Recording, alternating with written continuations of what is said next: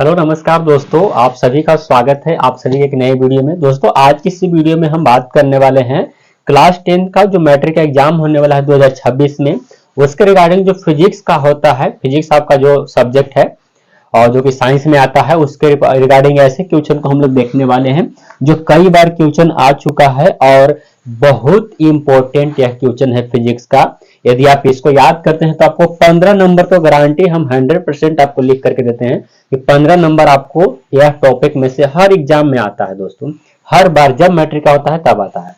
तो आपको मैं एक ही बात कहना चाहूंगा कि यदि आप 15 नंबर चाहते हैं फिजिक्स में तो इस टॉपिक को आप एक बार जरूर देखिएगा, क्योंकि ऐसे क्वेश्चन हर समय दोहराए जा रहे हैं और आपको इसको याद करना होगा। आपको इस वीडियो में केवल हम यह बताने वाला है कि फलना फलना क्वेश्चन है और किस तरह से आपको याद करने वाला है। यह लिखा हुआ जरूर है, लेकिन लिखने के साथ साथ हम ये भी बताएंगे जैसे लिखा हुआ कुछ और है और इसके जरिए रिगार्डिंग और क्या क्या इसमें आएगा वो भी हम बताने वाले हैं। तो वीडियो को शुरू से लेकर के अंत तक जरूर देखिएगा। भले छोटा सा मैं दिख रहा हूं बट छोटा हूं नहीं, बट कोई नहीं, वो तो अलग की बात है कि आप हमें छोटा समझ रहे हैं। छोटा भाई समझ करके एक बार इस वीडियो को जरूर देख लीजिए ताकि आपके लिए काफी महत्वपूर्ण है। देखिएगा सबसे पहले यहाँ लिखा हुआ है कि भौतिकी के महत्वपूर्ण प्रश्न। ये ऐसे प्रश्न है जो कई बार आया है, हम बार बार यही बोल रहे हैं, तो आपको ध्यान में रखना है। पहला जो है दोस्तों कि प्रकाश के परावर्तन, प्रकाश के परावर्तन, प्रकाश के परावर्तन आपको याद रखना है। इसमें आपको पहला बात प्रकाश भी याद रखना है। प्रकाश कौन सी रेखा में गमन करता है? सीधी रेखा में। कमेंट बताइए कौन सी रेखा में? तो सीधी रेखा में। ये भी बात को याद रखना है। आपको वीडियो को स्किप करके मत भागना है, इसको स्क्रीनशॉट करने से आपको कोई फायदा होने वाला है नहीं। अगर मैं चाहता तो आप इसको स्क्रीनशॉट दे सकता था, एक फोटो ही दे सकता था बस, लेकिन मैं इसको साथ साथ ये भी बताऊंगा कि इसके जरिए और आपको क्या याद रखना है। पहला बात, प्रकाश के परावर्तन क्या है, प्रकाश के परावर्तन किसे कहते हैं, ये परिभाषा को याद रखना है। और दूसरा रिगार्डिंग बात करते हैं कि प्रकाश के परावर्तन के नियम, प्रकाश के परावर्तन के नियम क्या है ये भी आते हैं, और प्रकाश के परावर्तन के कितने नियम है ये भी आपको आते हैं। प्रकाश के परावर्तन के नियम दोस्तों दो हैं, आप लोग अच्छे से जानते हैं कि प्रकाश के परावर्तन के नियम कितने हैं, दो हैं, और दोनों नियम को आपको याद करके जाना है। ऑब्जेक्टिव में पूछा जाता है और सब्जेक्टिव में पूछा जाता है, तो इसको आपको एक बार ध्यान देना है कि प्रकाश के परावर्तन क्या है, प्रकाश के परावर्तन के नियम क्या है, यह आपको जरूर याद रखना है। इसके दो नियम है, आपको यदि याद नहीं है तो हम एक बार लिख करके जरूर लेकर के आएंगे। इस पर आपको कमेंट होना चाहिए, कमेंट करेगा जल्दी से। चलिए आगे तीसरा बात करते हैं दोस्तों। तीसरा है कि प्रकाश का अपवर्तन, प्रकाश का अपवर्तन, आप लोग सेकंड चैप्टर है आपका फिजिक्स का। प्रकाश का अपवर्तन, प्रकाश का अपवर्तन किसे कहते हैं ये आपको याद जरूर रखना है कि प्रकाश का अपवर्तन क्या होता है, याद कर लेना है आपको। और उसी का रिगार्डिंग है एक और, प्रकाश के अपवर्तन के नियम, प्रकाश के अपवर्तन के नियम भी बहुत बार आया है, तो उसको भी आपको एक बार ध्यान देना है कि प्रकाश के अपवर्तन के नियम को हम याद कैसे करें, याद करके जरूर जाना है। प्रकाश के अपवर्तन के नियम, इसका परिभाषा भी याद करिएगा, और प्रकाश के अपवर्तन के दो नियम है ये भी आपको याद रखना होगा। कौन कौन से नियम है ये आपको पढ़ाए गए हैं, अगर आप नहीं जानते हैं तो कमेंट बॉक्स में केवल इतना लिख दीजिए कि सारे को एक ऐसा वीडियो लेकर के आए जिसमें सारे का परिभाषा, सारे का नोट्स लिखा हुआ हो, तो हम लेकर के जरूर आपके लिए लेकर आएंगे। बस कमेंट आप करिएगा, आपको कुछ करने की आवश्यकता नहीं, केवल कमेंट करिए। आगे देखिएगा, अगला है दोस्तों कि अवतल और उत्तल, अवतल और उत्तल दर्पण आपको याद करना है।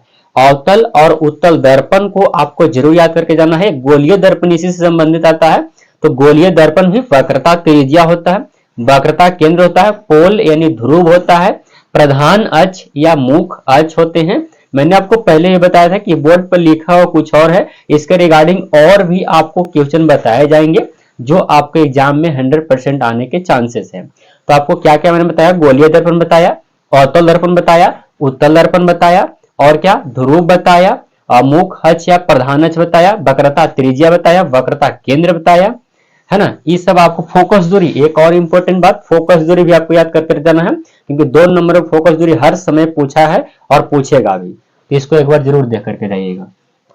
अगला है आपको क्या है कि लेंस की क्षमता और मात्रक, लेंस की क्षमता क्या है आपको यह याद रखना है, कि लेंस की क्षमता किसे कहते हैं, लेंस की क्षमता का इकाई क्या होता है, मात्रक क्या होता है, तो आप लोग अच्छे से जानते हैं। कमेंट में जरूर बताइएगा कि लेंस की क्षमता का मात्रक क्या होता है, इसको कोची से इंडिकेट करते हैं, मतलब कौन सा ऐसा सिंबल है जिसे इंडिकेट किया जाता है, जल्दी से कमेंट करिएगा। चलिए आगे हम लोग बात करते हैं। लेंस की क्षमता हो गया, इसका मात्रक हो गया। सातवां आपको आता है अपरावर्तनांक। प्रवर्तनांक आपको याद करके जाना है, प्रवर्तनांक अपरावर्तन भी, एक अपवर्तन प्रवर्तन दोनों भी परिभाषा इसको याद करिएगा। और अगला एक बड़ा ही शानदार क्वेश्चन है जो कि कई बार एग्जाम में आपके आया भी है, तारों का टिमटिमाना। जी हाँ दोस्तों, यह ऐसा क्वेश्चन है जो बहुत बार आया है और आपके एग्जाम में आने के चांसेस हैं। क्या है कि तारे आखिर क्यों टिमटिमाते हैं। अक्सर आप लोग देखे होंगे कि जब ऊपर ताकिएगा ना, ऊपर ताकने के बाद लगता है कि तारा जो है से टिमटिमा रहा है, बट वास्तव में वह टिमटिमाता नहीं है। और इसका व्याख्या इसमें आपको मिल जाएगा कि तारों का टिमटिमाना यानी तारा टिमटिमाते हुए प्रतीत क्यों होते हैं। ये क्वेश्चन को भी आपको याद रखना है। एक बड़ा शानदार एक और है कि सूर्य का रक्ताभ दिखाई देना, सूर्य लाल हमें क्यों दिखाई देता है, सूर्य रक्ताभ क्यों दिखाई देता है, यह भी आपको याद करके जाना है। और यह बहुत ही शानदार और क्वेश्चन है जो कि कई बार पूछा हुआ क्वेश्चन है। हम पहले भी बता चुके हैं कि ऐसे क्वेश्चन है जो कई बार आपके एग्जाम में आए हैं और 2026 में आपको आने के चांस बहुत ज्यादा हैं, जो कई बार यह आया है। आगे देखिए, सूर्य का रक्ताभ क्यों दिखाई देता है, सूर्य लाल क्यों दिखाई देता है, यह हो गया। आगे हम बात करते हैं दोस्तों, क्या 10 में है रेलवे सिग्नल लाल। आप लोग अक्सर देखे होंगे जब ट्रेन पर बैठे होंगे तो उसका रेलवे जो सिग्नल होता है वो रेड कलर का होता है, जिससे रेड कलर जलने के बाद गाड़ी वहां पर रुकती है, वहां से गाड़ी जा नहीं सकती है ना। तो रेलवे सिग्नल आखिर लाल क्यों दिखाई, मतलब क्यों लाल रंग का क्यों होता है। ऐसे तो हरा भी होता है लेकिन लाल वाला ज्यादा क्वेश्चन आता है कि लाल क्यों होता है। इस पर आप लोग जरूर आप लोग इसको याद करके जाइएगा कि रेलवे सिग्नल लाल क्यों होता है। चलिए आगे हम बात करते हैं इंद्रधनुष। इंद्रधनुष आप लोग अच्छे से जानते हैं, यहाँ पर इंद्रधनुष की व्याख्या लिखा गया, ध्यान से देखिए, इंद्रधनुष की व्याख्या लिखा गया है, मतलब इंद्रधनुष क्या है या कैसे बनता है, इसमें कितने रंग होते हैं, कौन रंग ऊपर होता है, कौन रंग अंदर होता है, इस तरह से आपको वहां दर्शाना होता है इंद्रधनुष को, है ना। 2021 में भी यह क्वेश्चन पूछा गया था इंद्रधनुष वाला, जो कि उस समय हम एग्जाम दिए थे। इंद्रधनुष वाला व्याख्या पूछता है और उसका कलर भी पूछता है। कलर उसमें कितने होते हैं आप लोग अच्छे से जानते हैं, बैजानी हफी नाला, उसमें सारे के सारे कलर आ जाते हैं, एक बार जरूर इसको याद करिएगा। आगे देखिएगा, सबसे शानदार यहाँ पर क्वेश्चन एक प्रिज्म है।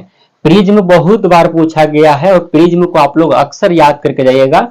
और ऑब्जेक्टिव भी पूछा जाता है कि प्रिज्म कितने सतहों से घिरे होते हैं, तो आपको याद रखना है कि प्रिज्म 5 सतहों से घिरे होते हैं। प्रिज्म हमेशा 5 सतहों से घिरा होता है और इसका मतलब इसका परिभाषा भी आप लोग याद करके जाइएगा। आगे देखते हैं, यहाँ पर लिखा गया है 13 नंबर क्वेश्चन में दोस्त, दर्पण सूत्र और आवर्धन सूत्र।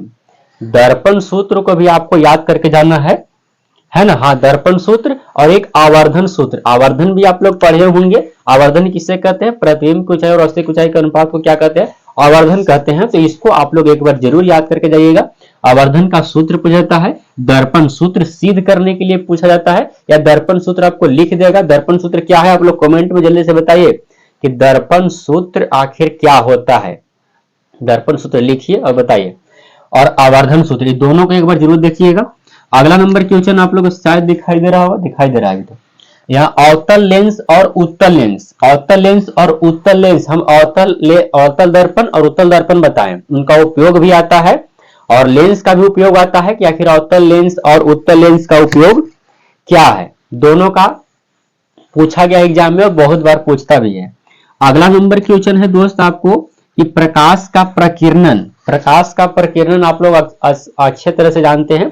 जैसे क्या होता है कि प्रकाश कहीं से आ रहा है, आने के साथ साथ उसके बीच में एक छोटा सा कण पड़ गया। जैसे मान लीजिए ना भाई, यहाँ पर देखिए, शायद यहाँ पर दिखाई दे रहा है ना, हाँ देखिए, जैसे यहाँ से प्रकाश ऐसे जा रहा है, ठीक है, और यहाँ पर एक मान लीजिए कि छोटा सा कण मिला।